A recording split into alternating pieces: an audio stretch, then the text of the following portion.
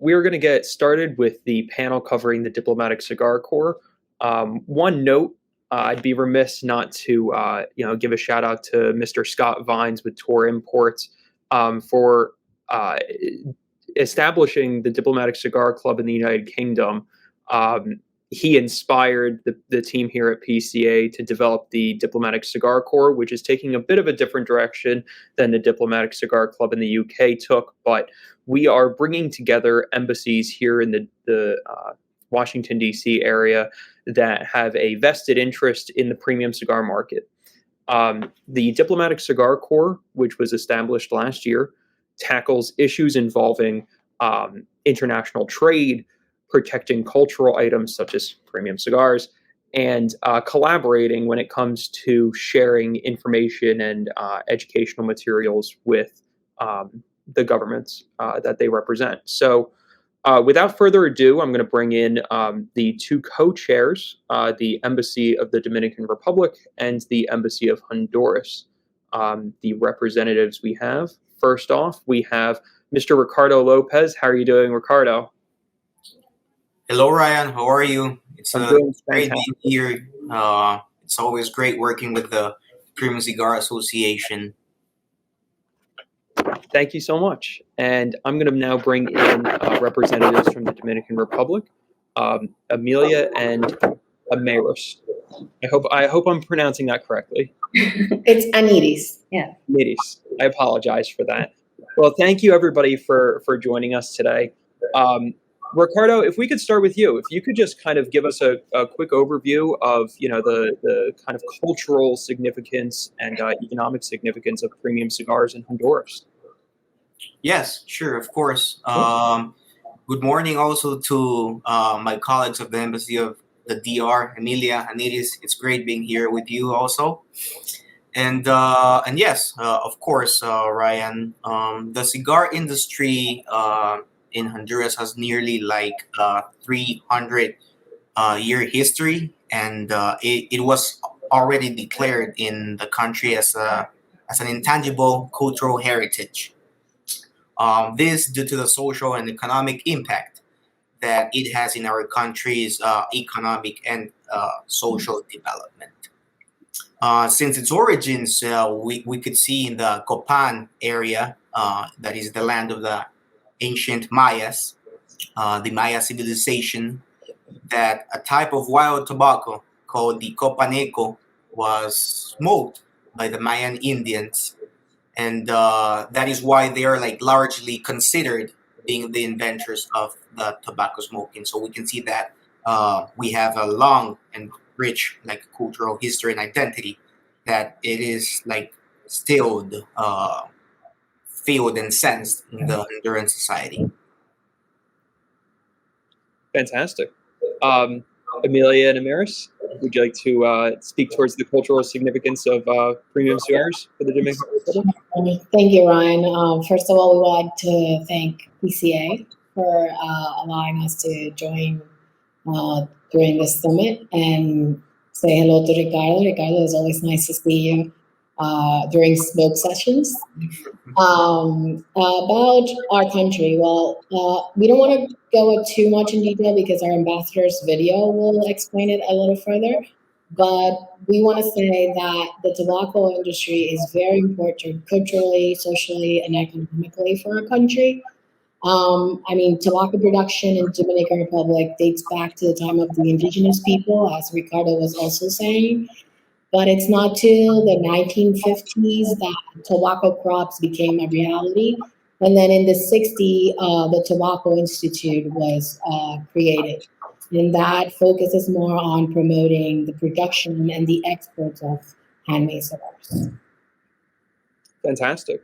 Sticking with you two for a moment, would you guys like to speak towards the economic impact for the cigar market? Yeah, of course. For our country, the DR presents itself the perfect conditions for the tobacco production, the fertile lands, and the highest quality of the handmade products. And for example, in 2022, the tobacco industry passed in gold numbers as the biggest export in the DR. in 2023, for the first semester, the exports of premium cigars from the DR to the US reached $490 million, representing a 14% of the total exporter from the Dominican Republic to the US. And we can also highlight that the tobacco industry holds number one, like top three, let's say, of the biggest employers in the Dominican Republic, over 150,000 direct and indirect jobs. So it's a high, like, represents a higher economic and social stability in the country. Fantastic. Ricardo, would you like to speak towards some of the economic impacts of the premium cigar industry in Honduras? Yes, of course. Currently, Honduras is the third leading exporter of cigars in the region. The DR is the number one exporter. So we are like currently, according to data from this year, we're like shipping to the U.S. around 60 to 70 million handmade cigars per year. Also, out of the cigars that Honduras exports, around 90% of them have the U.S. as their final destination. So this consolidates the bilateral relation between Honduras and the U.S. As our strongest ally and partner. And I have here some like specific data that has increased significantly year after year. For example, in year 2020, we exported 166 million. In year 2021, we exported 190 million dollars, and in the year 2022, we exported 2,015 million dollars. And also in the employment side of the cigar industry, it's thousands of people, around 100,000 jobs.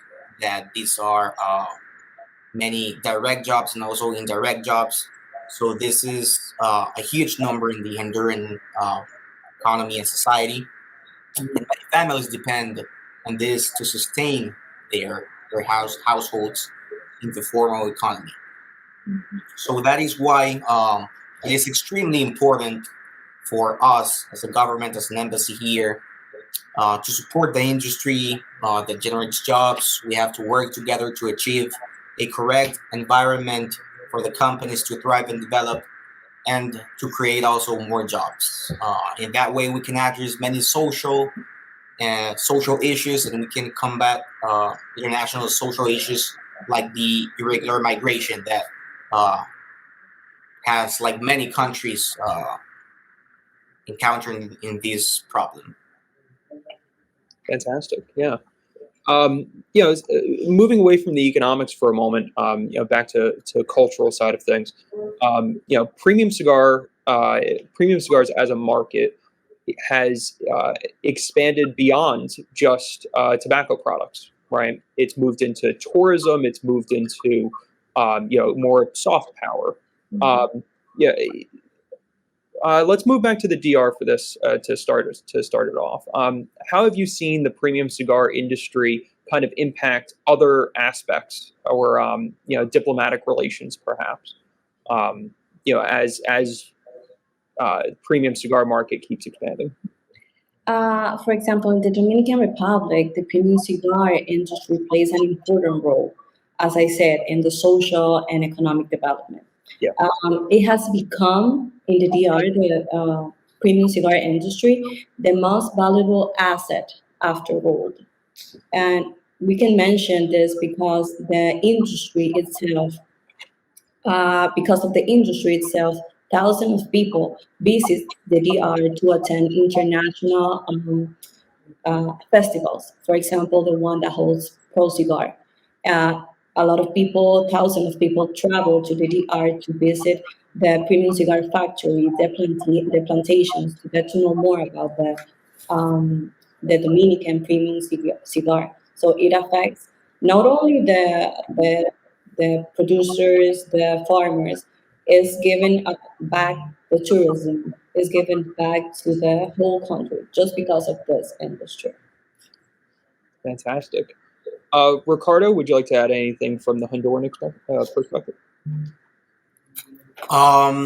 Yes. For example, in the diplomatic paper or diplomatic role here in the cigar industry, I would say it's like um, also moving from the economic and social impact.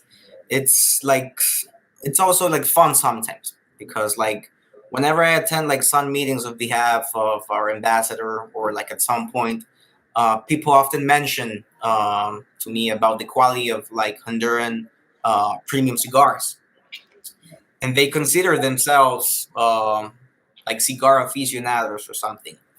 And then they also mention about the huge interest they have on visiting like a cigar manufacturing company in Honduras to have like that first-hand experience of learning how cigars are manufactured and so on. We start talking about the importance of the industry and how also it supports jobs and how we try to maintain the best standards and find the better opportunities for the industry. So it's very interesting how a conversation can be like very diplomatic and also move to like a sense of establishing like a better relationship, like a B2B relationship, and then talking about Honduran product and how it is known in the international market and how it supports the industry and makes the relationships better between both people and countries as well. Yeah. So, moving towards the political challenges facing the industry, our last panel had discussed things like track and trace, generational smoking bans, indoor smoking bans, things like that. From the national point of view, what are some of the major challenges that are threatening, your prospective premium cigar industries? Let's start with the Dominican Republic. Sure. Thank you, Ryan. Just taking back from, we got into a little bit, overheard what the last panel was talking about. And just a continuum of that, we have to be on the lookout for all the unfair legislations proposals that are being placed either in Congress or any other platform. Because, I mean, what the people need to understand is that premium cigar are not cigarettes. And this is more an aficionado, like Ricardo was saying, kind of tradition. And the best way to do that is to go out there and be where they can see you and promote your brand, promote your networking with like here like we do in Washington with the Cigar Caucus. They're a voice in Congress. So just be out there and partake in social meetings, promote the festivals that you have in your countries, even around the world, and let them see your face so that you know that this is an important aspect for each of us. Absolutely. Mm-hmm. Ricardo, would you like to add anything on threats and challenges? Yes. As Emilia mentioned, and the previous panel was also mentioned as well. Some threats are like the extreme regulations, the that some countries also are like have like smoking bans like in public spaces, and also the non-differentiation between cigars, cigarettes, vapes, or electronic cigarettes as well. And it is very important to address like these topics, as Emilia said. The Cigar Caucus is a great forum to address this. They have like voice in Congress, and also building better relationships with cigar organizations like the PCA and other organizations like the CRA as well. Yeah, fantastic. It's very important that we all kind of have our collective voices be heard very loudly. It seems like some small changes, even just here in the U.S. market, could have deep impacts on employment and economic, output for certain countries. Speaking towards U.S. regulations, as the U.S. is entering, a different time when it comes to, legislative affairs. A lot of cigar companies are looking internationally to expand their markets. Ricardo, you had said that a large portion of the cigar exports comes here to the United States. Um, could you speak towards kind of the more emerging markets? I know that a lot of companies are kind of starting to open up Asian markets and European markets more.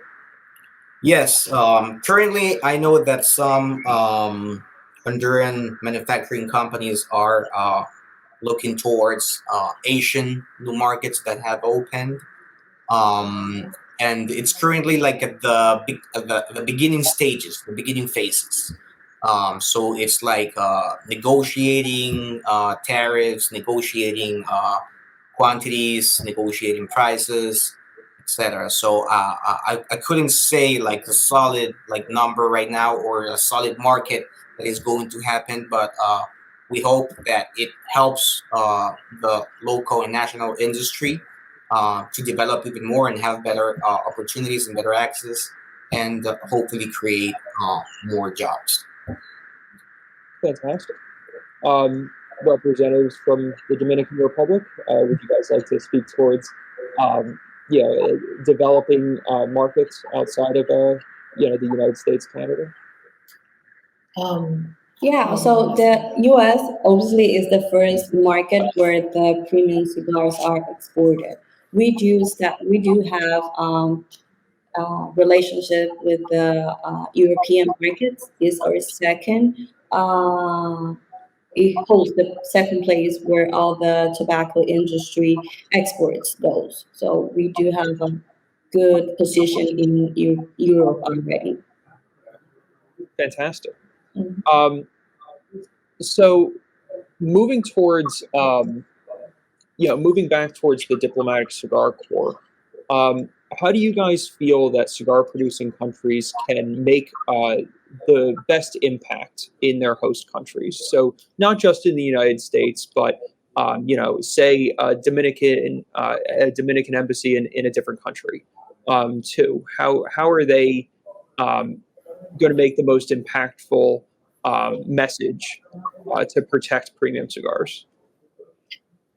We do have Pro Cigar, and Pro Cigar basically engages. We have like a sort of partnership with them where, same as they do here in DC when they come and we have a cigar night. They do it mostly with all of the embassies of the Dominican Republic around the world. So that's one of our biggest brands that we hold for promotion.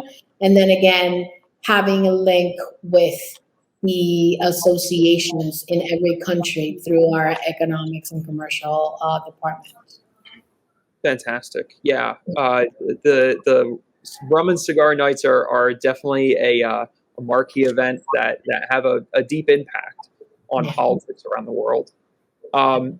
Ricardo, would you like to add anything? Yes, yes. I think mainly in order to have a very good relationship in the host country here, I think it's through building good relations with first organizations like the PCA and other cigar organizations like the Cigar Rights of America as well. And it's been like a constant that we maintain very good communication with you guys in order to address any law, concern, action, or any proposed rule by agencies here in the U.S. that involve the cigar industry in Honduras in an international scenario, and we plan accordingly in order to engage them and protect the cigar industry. And I also consider that making like cigar nights, like the one that DR mentioned, is a great opportunity to forget for a bit about legislation, laws, work, and all that stuff, and just enjoy quality premium cigars, and also build better diplomatic relations. Absolutely. And those events are fantastic ways to educate people. It was echoed on this panel that premium cigars are not cigarettes, and I think the best way for people to understand that is to engage with the industry and smoke a premium cigar, and they'll find very quickly that it is a distinctly different product with its own beautiful and rich culture all throughout Latin America. So before we go through with closing remarks from all of our esteemed panelists here, I just wanted to thank you guys for being on the panel and being engaged with the premium cigar industry.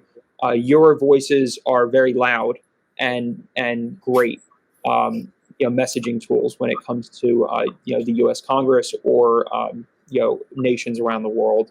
I'd like to thank the Dominican Republic Embassy specifically for arranging the keynote speech from your esteemed ambassador.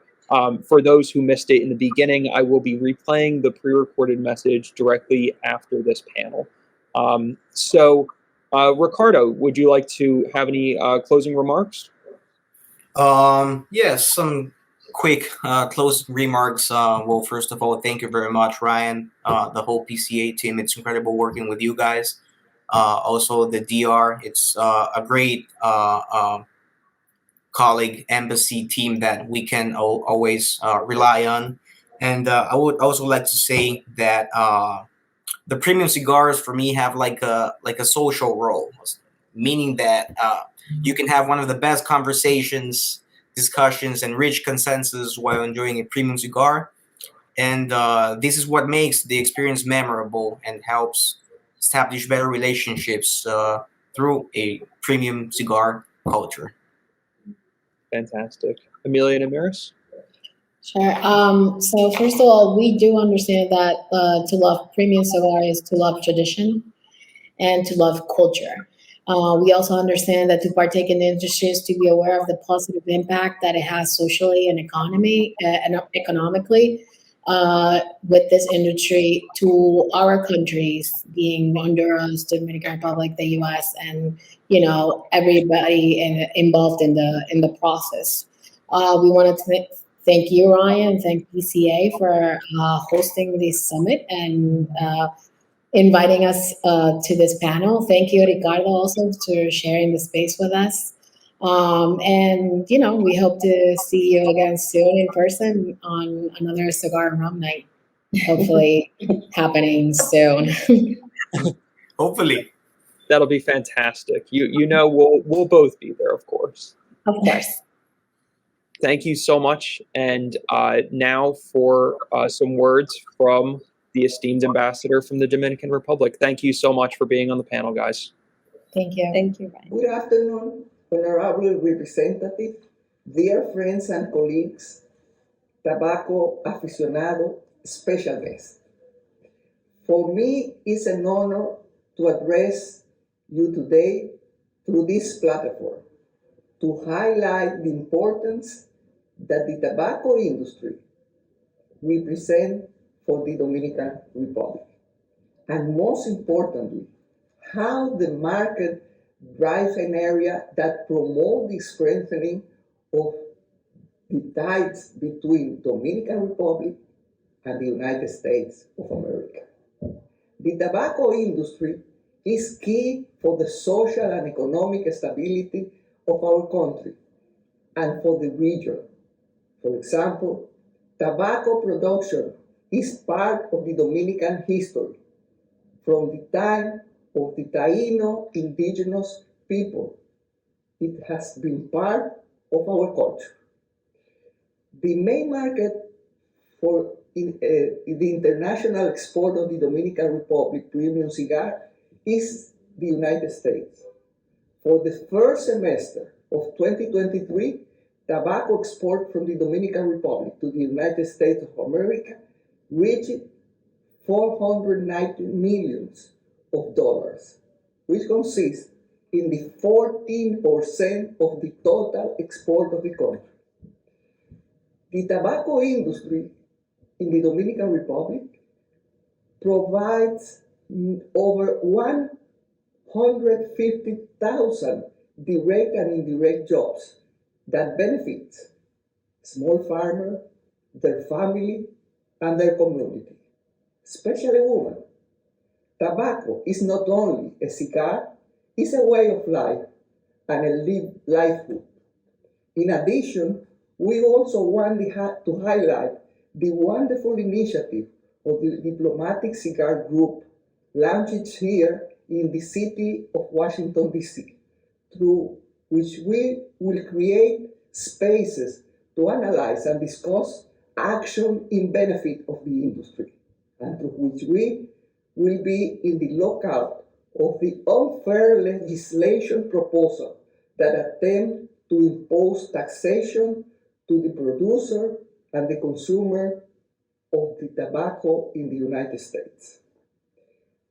Thank you to our friends of PCA, for our colleagues, and long live the art of a good cigar. Thank you.